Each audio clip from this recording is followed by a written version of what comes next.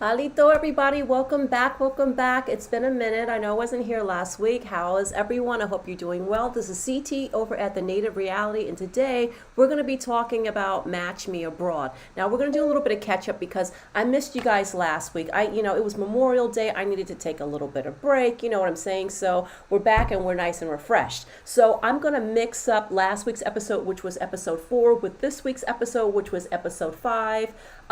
So we're just going to do it like that. Let's get into it, right? By the way, this is going to be brought to you from a mixed urban Native American perspective and a secular perspective. So let's keep all that in mind as we dive right on it, because my perspectives may be a little bit different than some of yours, but that's okay. We can still have the conversation. So anyway, last week we saw Natalie. She gets set up by Juan with this new guy. I think his name is Stuar, if I'm not mistaken. I may be saying that incorrectly, but he's this young, hot Colombian guy. He's a personal trainer. He seemed to be nice. He seemed to be into her. There was definitely chemistry. She definitely found him attractive. But I think that she was like really taken aback by him wanting to hold hands with her. She felt like that's something you kind of work yourself into, and it was just a little bit too much for her too soon. The date ended, or was about to end, and she, invited him back to her place, and they went up to the pool, like the rooftop swimming pool. And, he's all like, getting undressed, and, he's looking all good and everything. And she's sitting there like, oh, chihuahua, what am I supposed to do, right?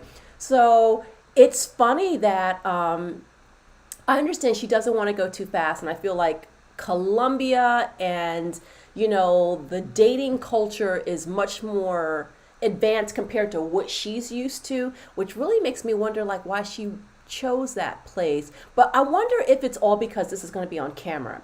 Because maybe she would, not maybe, I'm sure she would let down if she knew that this was going to get back to her mama. You know what I mean? So she knows mama's back home, sitting in a rocking chair, doing some embroidery or something like that, thinking about the next Sri Lankan single, young, hot, whatever that's available. And she's just like, okay, she'll get over this. And, the mom's like, oh, I'll hook her up with somebody from our community. So it's just interesting that she chose a culture that's so opposite if she's not ready to kind of enter into that. But like I said, maybe just because the camera's around, who knows? Maybe if she was just left her own devices, she would be like, this is exactly what I want, because I don't want the Sri Lankan conservatism and stuff like that. So her matchmaker definitely has his hands full, because it's hard to, there's that cultural part, and it's really difficult for her, and she's just at the very beginning. Now, this is not like a year after she's kind of broken the shell.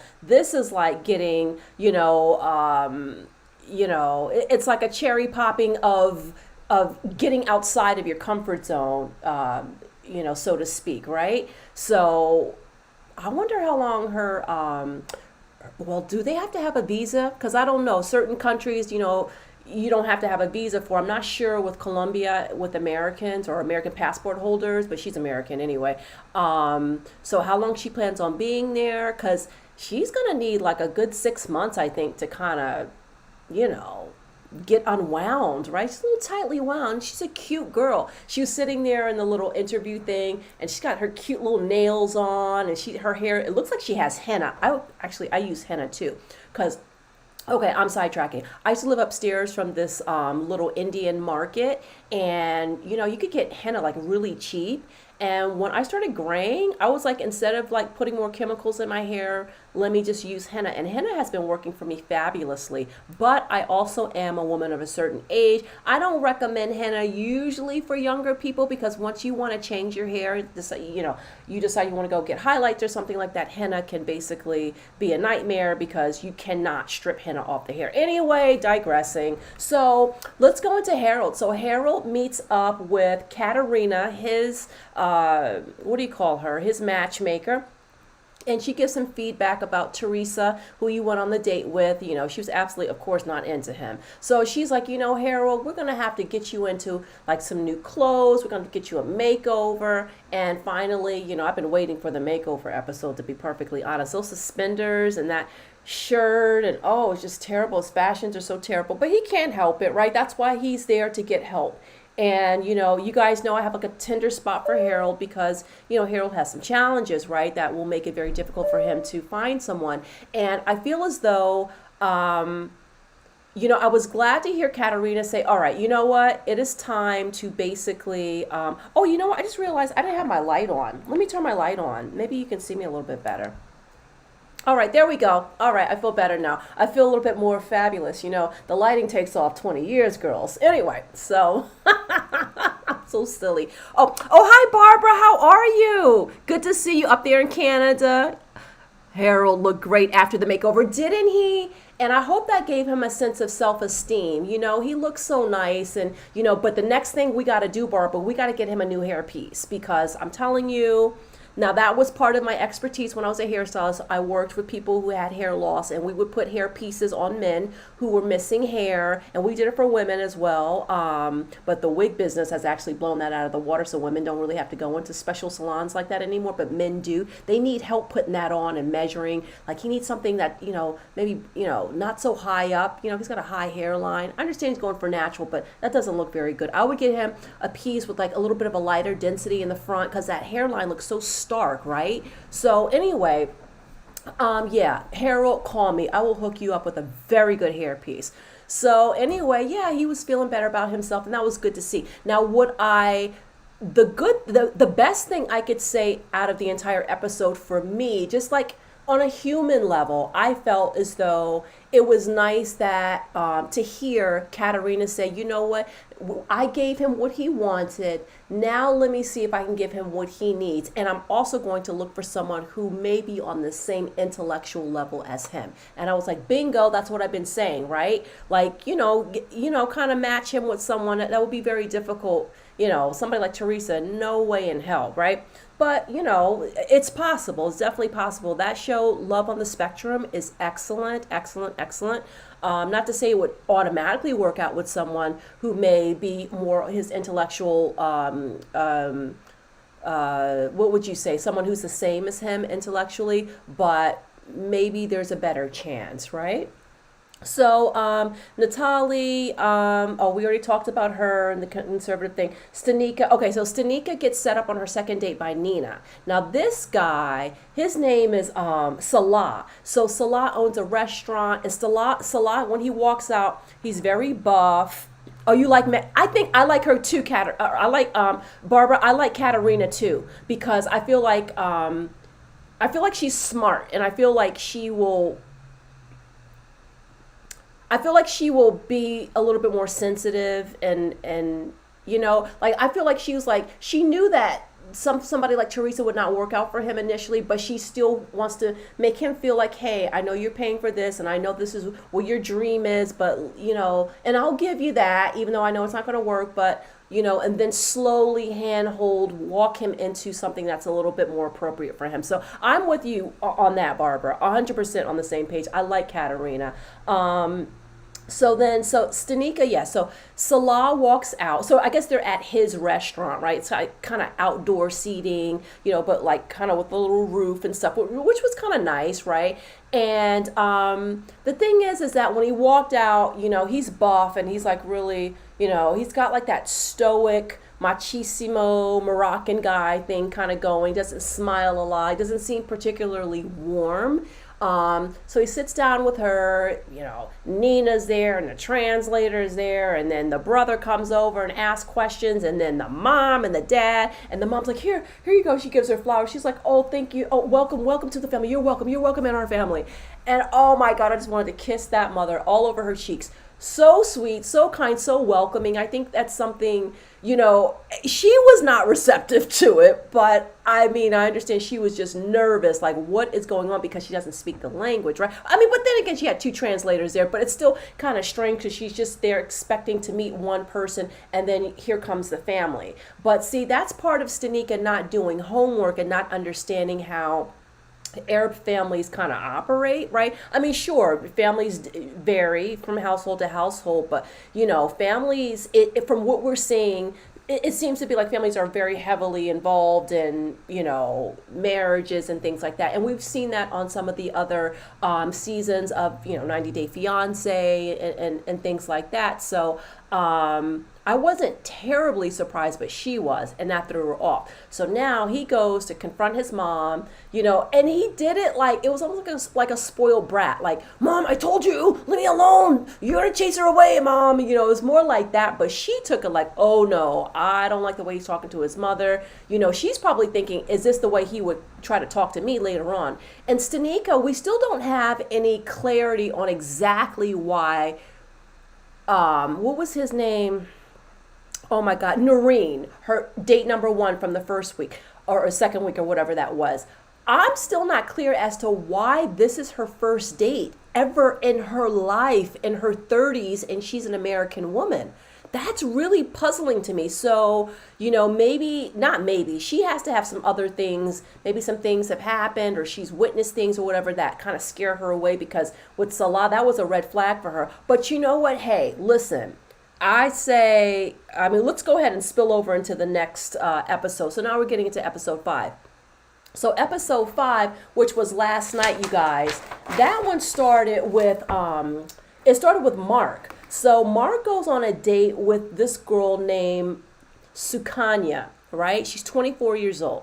Now, Mark is another one that I'm looking at like, why didn't you do a little bit more research? But whatever. So he goes on a date with this young girl because he got like kind of blown out of the water last week when they were telling him, was it last week? I think it was last week. Was it last week? Yes. It was last week. I forgot to mention that for the last episode. Mark was in the episode last week as well. And, Nina's trying to explain to him basically Arab family, as well as Arab family values and Arab gender roles and what would be expected from him as a husband, since he is looking to get married and to have kids like within the next couple of years, right? So she says, I'm going to hook you up with somebody named Sukanya. So then Sukanya, he meets up with her, right? And they go on the sand dune ride. Now, Sukanya is beautiful. To me, she's very beautiful. She's got this red hair. She's wearing like her coal liner. She's got this kind of porcelain complexion. And, she's youthful and, she seems very open-minded and curious, intellectually curious. She seemed like such a sweet girl.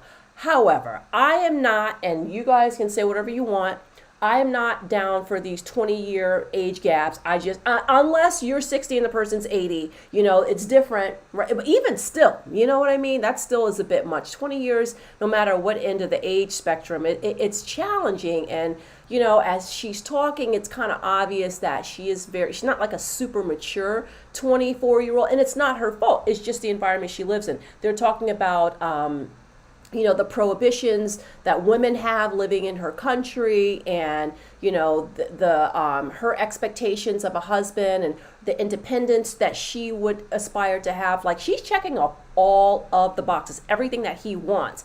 And but the age, it's too much. And I'm glad that he's thinking that way too. Not like, oh great, let me just, hopefully when you've flown across the country or flown across the world and you go into a different culture and things like that, you're not just trying to pluck the first cherry off the bush. You want to be a little bit more discriminating, right? And make sure that you're going to be on the same page. And the thing is that she's 24. So, even if she comes from a culture where, and I don't know that this is true, but let's just say it's normal for older men to marry younger women. I don't know that this is true. I always want to put that out there again. But let's just say, for the sake of argument, even in that case, let's say they get married. She's 24. Next thing you know, she's 26. Now she's having kids, 28. Now she's kind of, got 2 feet in the water and living in America at this point. And now she's discovering a whole new life. And now she's stuck with kids. She's stuck with a husband. And he's just getting older. And she's just discovering who she is. So I feel as though if she were in her 30s, that this might be a different conversation. I'd say, you know what? Okay, 10, 12, 13 years difference. All right, we could probably make that work. But she's just too young. I'm sorry, she is just too young. Barbara said Stanika apparently lost a lot of weight recently. She mentioned on the first episode. Yeah, she did. But here's the thing. Okay, so here's the thing, Barbara. She's from Mississippi. My family is originally from Mississippi. In Mississippi, being a big girl will not stop you from getting a partner. And she is, I mean, she's Black American, right? In the Black American culture, you don't have to be so skinny to get a date. There's plenty of big girls that do fine. So I understand that that can affect your self-esteem, but I wonder if she was, I'm sure, I just can't imagine no one asked her for a date, big or not, right? So she must have just been rejecting them, you know, maybe she felt that their intentions weren't good or something. I get that, but it just does seem quite odd, right? I just feel like there's more to the story. Not that it's a bad thing, not at all. If it takes you more time to get to where you need to be today, I totally respect that. But it is so unusual that I just feel like I want more details. You know what I'm saying, Barbara? Anyway, so you know we're having our little girlfriend conversation here. But anyway, so yeah, I just the age thing with Mark and Sukanya. I think it's too much. And he knows it is too much as well. So now we go to Susan. Oh, honey. So Susan goes on her second date. Now she told Juan she was not into that first one. He was cutting her off and you know, didn't show interest or anything. So here comes Carlos. Honey, she was like, oh, okay. I mean, she was like, you know, her eyes wanted to like pop out of her head. You could tell she was like, oh, this man is fine, right? And she's like, oh, of course this would happen. Good looking, young musician. Of course he would be like the type that she would physically be into, but that's not what she wanted, right? This is something that Juan did to kind of like, I think, teach her a lesson. And I don't know if I agree with his tactics because she is a paying customer after all. You know, I think, you know, when people are on a timeline and it's like, you know, maybe with Harold that's a little different, right? You know, set him up with what he says he wants, even though we know that's not going to work out. But with someone like her who's very picky, she's affluent, she doesn't have any kids, you know, she's lived a very good New York life. She's probably used to eating like, you know, filet mignon every night or something like that. To get her with like the young musician guy that's doing capoeira in the street, hey, hold my bag, let me do some capoeira, and just starts, you know, doing backflips and stuff like that. You know, she said she wanted someone spontaneous, but maybe that was a little bit too much spontaneity for her. Maybe she meant spontaneous, like, let's, you know, get on your private jet and go to, you know, Marrakesh for the weekend or something like that. I don't think she meant, like, you know, joining the capoeira circle in the street.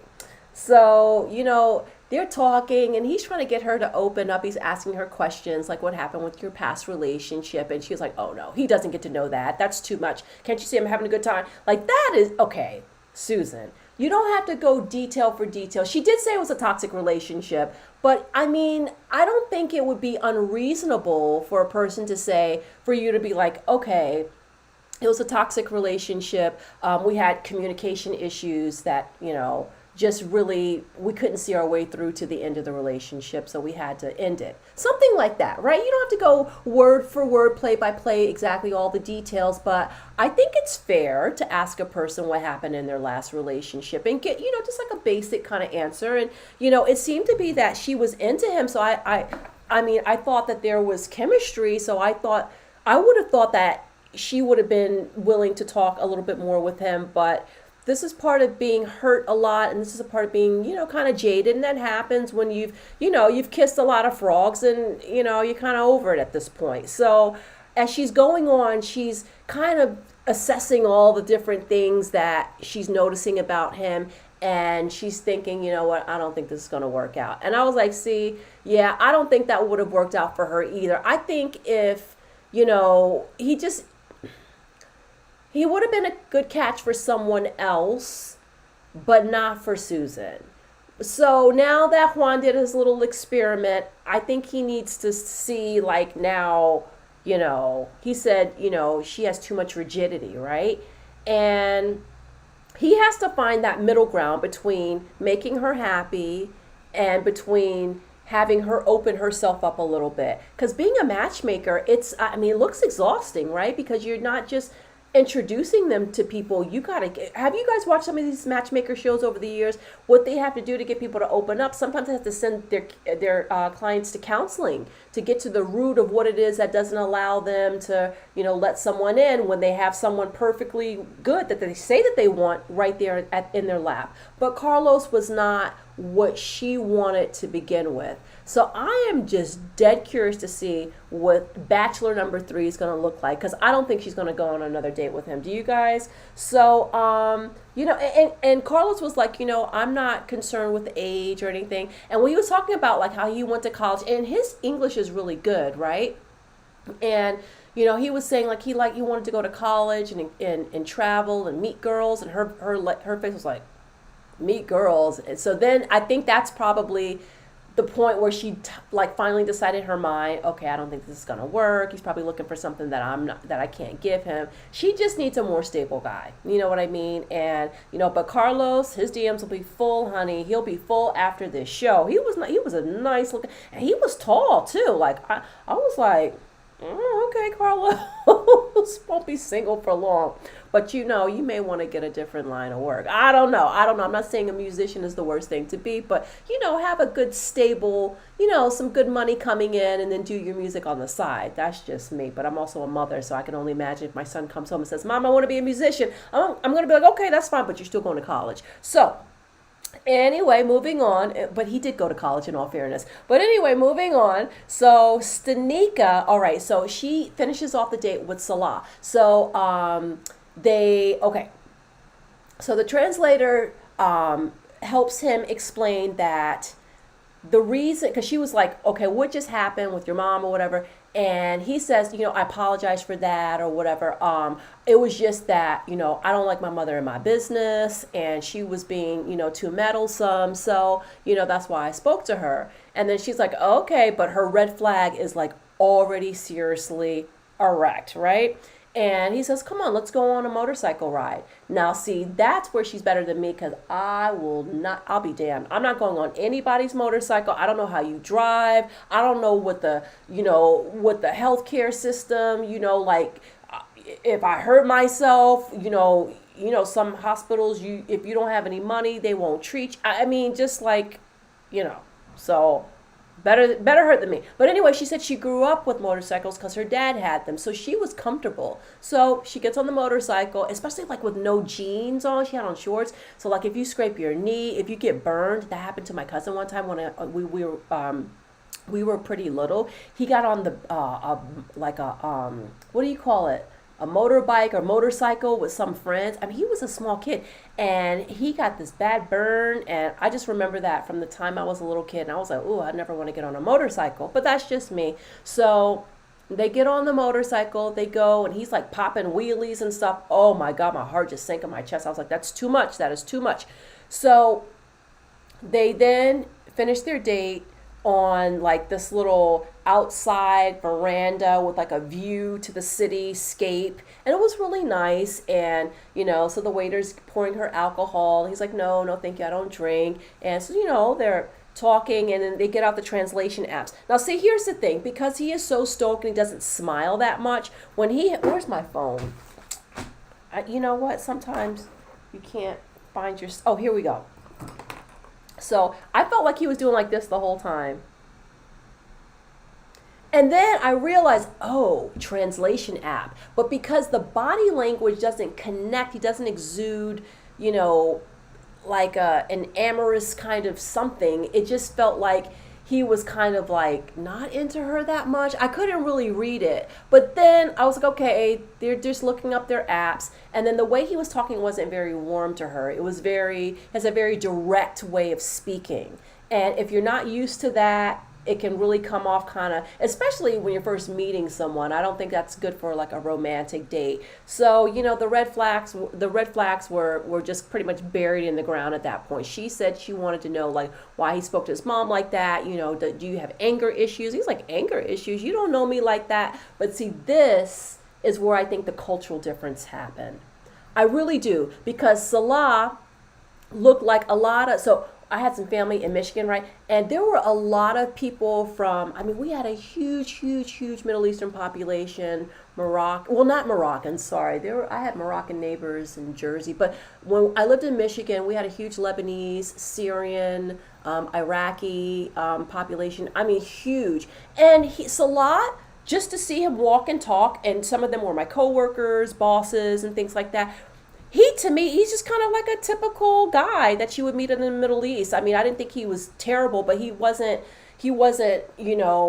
super warm. And I think the fact that, what's his name, Nordine, I didn't find, Nordine was a little bit more warm, but Salah was just like a typical guy, right? And I think that because she wasn't feeling him like being like explaining himself in a more gentle way, it turned her off. And when she asked him about the anger issues, I didn't take it as though he had an anger issue. I just took it as somebody who probably grew up in a culture where he's being pushed to be married, and now his mom's showing up unbeknownst to him, because he didn't seem like he knew his mom was going to be there. And it looked like he tried to, it was almost like Showtime at the Apollo when they take the clown, pushes you off stage because you did a really bad, rendition of Whitney Houston's I Will Always Love You. Like, he was just trying to get his mom off the stage. Okay, get out of here, mom. And I just took it like that. But she took it as like, okay, this could be red flags for later on. And I don't think that was terrible. I just felt like it was more cultural, but he was offended by that. And I don't know, I kind of would be too. Imagine if you're on a date with someone and your parents like pop up and they've been bugging you to get married. I don't know that for sure, but I'm just assuming they've been bugging you to get married, and you're like, what are you doing on my date? Go over there, right? And my date would say to me, do you have anger issues? You know what I mean? I don't think I would be too happy if somebody said that to me either. But hey, listen, she's being very, what's the word? Intentional about who she wants to be with, and she wants to get married. So if she feels that that's a red flag for her, considering there is this cultural gap and language gap, then maybe it is better that they just, weren't together to begin with. So, she was very honest with him. She says, listen, I'm sorry. I just believe that we're not a match, but, thank you for welcoming. She was cordial. And, he stood up and said, okay, thank you for telling me. And he shook hands. And I feel as though, like, what he said on camera afterwards was like, she's very nice and everything, and I understood what she said, and I think maybe for him, maybe there wasn't as much chemistry as well, and he could have talked crap later on, right? But he didn't. So I think he's just kind of that, kind of stoic, kind of macho on the outside kind of guy, maybe soft on the inside, who knows? But he just doesn't show it, and I think that's that veneer, that stoic veneer, she couldn't quite get past that. And, and he needs to warm up. If you expect a woman to, want to, date you again or be with you long term at some point, you have to be more warm. And he just wasn't warm. But I don't think warm is who he is, right? So some people, are okay with someone who's more stoic like that. I know a lot of people that are totally okay with that, but that's not for her. And I don't blame her. I wouldn't want that either. I just wouldn't. Sorry, that's not for me either. You want to feel caressed and feel, even without being physically touched, right? You want to feel like someone is like pursuing you and making you feel good. And it didn't really feel like that with Salah. So, moving on. So I'm glad that they parted amicably. So let's see. So that was the end of Stanika. So Natalie meets up with Juan. So it's time for her to kind of go over her date and what went on with Stewart. Stewart. Oh my God, I'm so bad. I don't know. I'm messing up his name. Sorry, fella, down there in Colombia. So, as she's explaining like how he's taking off his shirt and, how she just felt uncomfortable and, increasingly she's thinking about his mother, Juan is like, okay, I really got my hands full with these two women because he's got Susan and Natalie, right? So he reveals that he has two children himself. And I was surprised. I didn't know Juan had kids. And one of his daughters is 27 years old. And he's saying, like, how even as a parent, you naturally feel protective, but there's a point where parents have to kind of get away and kind of let, I mean, she's a grown woman. She's not a teenager. You have to let them make their own choices. And you, as the child, have to recognize that those parents have to let you make those choices. And you got on a plane and went to a whole other ass continent to get away from your mom and her, meddlesome matchmaking, as well intentioned as it may be, to get something different. But I think, and I don't think that there's, no hope for Natalie. I think she's just in the very beginning of the process of trying to kind of cleave from these sort of cultural expectations. And Juan is like, but at the end of the day, you're an American, right? And she says, but I cannot delete my Sri Lankan heritage. And then he said, yeah, okay. And he kind of got it right at that moment. Like, yeah, right. He's probably thinking of himself as a Latino. If he lives in another country, he's still never not going to be Colombian, right? No matter how long he's living in, Norway or something, and he has citizenship or something, you'll always still have that part of you. And, it's just like life is like, with a lot of things, there is that coming in the middle. I can see his perspective, I can see her perspective, but she's going to have to let go, right? There's no way she's going to have a successful match if she's going to stay in that, in that box. And if she wants someone who is culturally conservative, then she's probably going to wind up someone who's like, I don't know, like, Catholic or something like that. And then the conservatism may spill into more the religious aspect and things. So I think she just needs to relax. She's a young, cute girl. She's well educated. She makes good money, successful, all that stuff. I think he can find someone for her, but she just needs to take a chill pill. Maybe she needs to have a couple of cocktails or something like that. She is going to need more time, I think, in Colombia than Susan, right? So it was interesting, and that's why one of the things that, oh, hi, Miss Serenity. Oh my God, girl, how are you? I haven't talked to you in a while. Thank you for joining the live. We're over here doing episode 4 and 5 of Match Me Abroad. So, yeah, I'm concerned that Natalie, the time that she's going to need to acclimate herself to, it's not even in an American culture, it's a Latin American culture, right? And come on, who's more affectionate than Latin people? Hugging and kissing. When you meet a stranger, you're introduced to somebody, oh, this is my friend so-and-so, you automatically kiss, right? It is a very warm, affectionate, I love the Latin culture. That's why I learned to speak Spanish. I love it. I love the warmth. I think it's great. So, but if you're not used to that, it's just, I don't know. I mean, she was drawn to it for a reason, but maybe it just seemed like something she wanted, but maybe she can't really, I don't know. I think she just needs more time. And maybe I think if she had more, more friends down there, because it's just her and the matchmaker. So I think maybe if she had a local friend who was a girl that could be like, hey, not this, hey, this is what we do, but just kind of take her out and about and just kind of, walk around and kind of see how like women interact when men are showing interest or things like that. I mean, it's possible. She's just going to need a lot of time. Miss Serenity says, I know I keep missing your lives. Oh, that's okay. Listen, Miss Serenity, I've been on vacation, okay, in my head for the past, a week and a half. I mean, I've been watching shows, but I haven't been taking notes. I've been really busy with other stuff. You guys know I do, I make jewelry, I do beadwork, I knit sweaters, whatever, stuff like that. So I've just been busy with a lot of stuff lately. So I haven't even, don't feel bad, girl, you haven't been missing anything. So we're doing all the catch up today, and we're talking all the trash. So vacation is good, I know, but we got to go on a real one. And when I do go on a real vacation this summer, I will be videoing or doing videos. I don't know how I can manage to do a live. I don't it all depends how the setup and stuff is, but I will be filming, showing you guys a little bit of like the Native American side that you guys don't get to see very often because I'm usually right here, at the desk, and I do more of my native based stuff like on my Chickasaw Chat, which is another series of videos I have. You guys can check those out if you're interested.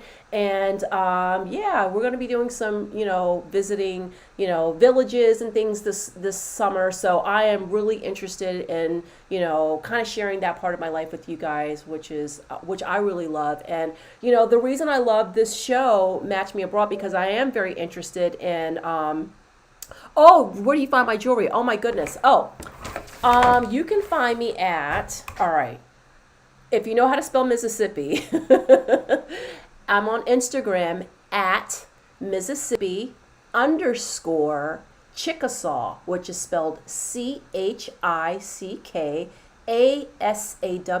and I will leave a link for that in the description, but I can't do that till after the video is done. So again, that's Instagram at Mississippi_Chickasaw, ChickAsaw.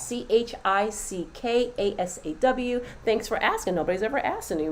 Oh my goodness, from Poland. Listen, guys, you guys are tuning in from everywhere. We had a girl I don't know if she was a girl. We had somebody tune in from Kenya the other week. So that's so cool. Thank you so much for joining me, Vanny. So okay, we got Barbara, we got Miss Serenity, now we got Vanny. We got a nice little chat going on. It's almost, just pure fun when you guys are here, so I don't have to talk into this microphone on my own, right? Because I'm already a little crazy, but I don't want to be that crazy talking to the microphone, acting like a nut and nobody else is listening. So anyway, let's move on. Thank you everybody for joining me. Oh, and for everybody, if anybody else is watching, you guys know the drill. If you are enjoying the video, please give it a thumbs up. I really appreciate it. Make sure you subscribe and share it with your friends. So, all right, now we're going to finish off with, we're going to, let's just finish off with Mark, okay? So Mark is, he's saying that the date is going well, and they have similar values and everything like that, but he feels like, I think it's her maturity level. So, she didn't know his age, but he knew hers. So remember, he's 44 and she's 24, right? Oh, you're welcome, Miss Serenity. Oh, I'll look for you. Thank you so much for asking me that. I never even think to even do that. Thank you so much. I feel as though, at the point where he said to her, so she asked him how old she asked Mark, how old are you? And he says 44, and she had no idea. She's like, oh, you don't look 44. And that's always what you say when you know somebody does look their age, and and you're a little surprised, but you don't want to be like 44. But she didn't seem to be like thrown off by it. But I think she almost seemed to be, she had to have known he was not like in his 30s. He does not look like he's in his 30s, if you ask me. And but maybe sometimes, when you're dating people from a different country, a different ethnic background, sometimes we don't know how to read age, right? We know it more when we're within our own circle that we're more used to, right? So he said, like, does that bother you? And she's like, no, I don't even believe in age. And when she said that, I was like, that's it. Let's wrap this up. She's very young. She's very, very young. And gosh, it fits any other, the other things fit, but I just feel like, in terms of she seemed like she would fit in American society, no problem, and like all these other things, but no, the age difference is too much, and it was literally showing in that moment, right? So I think he's going to go back and tell Nina that, you know what, find me somebody else closer to my age. And I hope he does that, because that would be more the responsible thing for him to do. And I think Nina should hook her up with a different American guy. It doesn't have to be American, but she seems like she wants to get out of Morocco, okay? Girlfriend looks like she wants to wear a halter top and sit by the pool on the weekend. So, she may have to leave the Middle East for that. So maybe hook her up with somebody else, Nina, that's a little bit more age appropriate. Somebody in their 30s, I think she would be fine. Like in their early 30s, you know what I'm saying? You know, because once you get out and you get all that freedom, you can't be like having babies right away and stuff. You're going to feel like you missed out on something, because it can feel, when you relocate to a different country, it can feel like a rebirth, especially if now all of a sudden, you know, like they can't hold hands over there. They can't kiss. They can't, you know, I mean, in public anyway, right? So she wants to be somewhere where she can express herself, you know, just normally, with what is to her a normal thing. I mean, come on, we're human beings. Of course you want to, I mean, I know even in the United States, we have different, some couples don't like PDA, but if you want to do that, you know, I feel as though you should be able to. Now, not with Gino and Jasmine, we're doing on 90 Day Fiance the other way, before the 90 day. Now, that is way too much. And after I get off this live, I'm going to start a live about 90 Day Fiance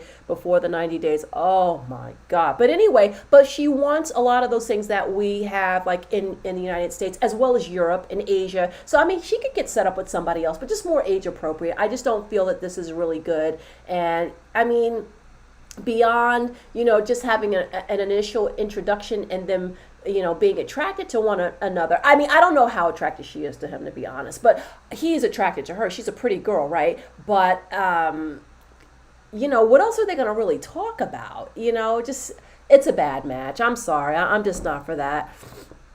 Miss Serenity says she doesn't sound too honest with herself. She's trying to escape. Yeah, girl, I know I would be, but you know, I can't get too deep into that, because then you get in trouble out here on the internet. But yeah, I mean, you know, I would be, Anyway. So, yeah, so that was that. I think I got all the couples this week, right? We talked about everybody. So yeah, Nina's going to have her hands full. Oh, Stanika. Oh, yeah, we already talked about her. She broke it off. Yeah, we talked about everybody. What Bonnie said, yeah, this season it will all be about Gino's sexual problems. I know. This is, I don't know if you guys are watching 90 Day Fiance, but that is always a train wreck that I am ready for with the popcorn. So having said all of that, this has been a really good live. Thank you so much for all you all that joined in the chat, you know, all the new and old. Thank you for joining me. I really appreciate it. I know you guys, there's so many millions of other channels you guys could have chosen, so I really appreciate you spending your time here. And for anybody who doesn't know, please check out Miss Serenity Smith Babies, okay? She is an incredible artist, and I'm not talking like, making, painting some bowl of fruit. I mean, she does art. So please check out her channel. Please subscribe to her channel, and maybe do a little shopping on her channel. All right, everybody. So that's it. I will see you in a few. Oh yes, Barbara. Of course, we watch 90 Day. Of course. So listen, I'm clicking off. I'm going over my notes for about 2 or 3 minutes, and within 5 minutes, I will be right back on here to talk about 90 Day Fiance before the 90 days. So if you're welcome, Miss Serenity. If you guys are, you're not busy, come join me in a few minutes. All right. I hope you're staying safe. Take care, and Chipisalacho.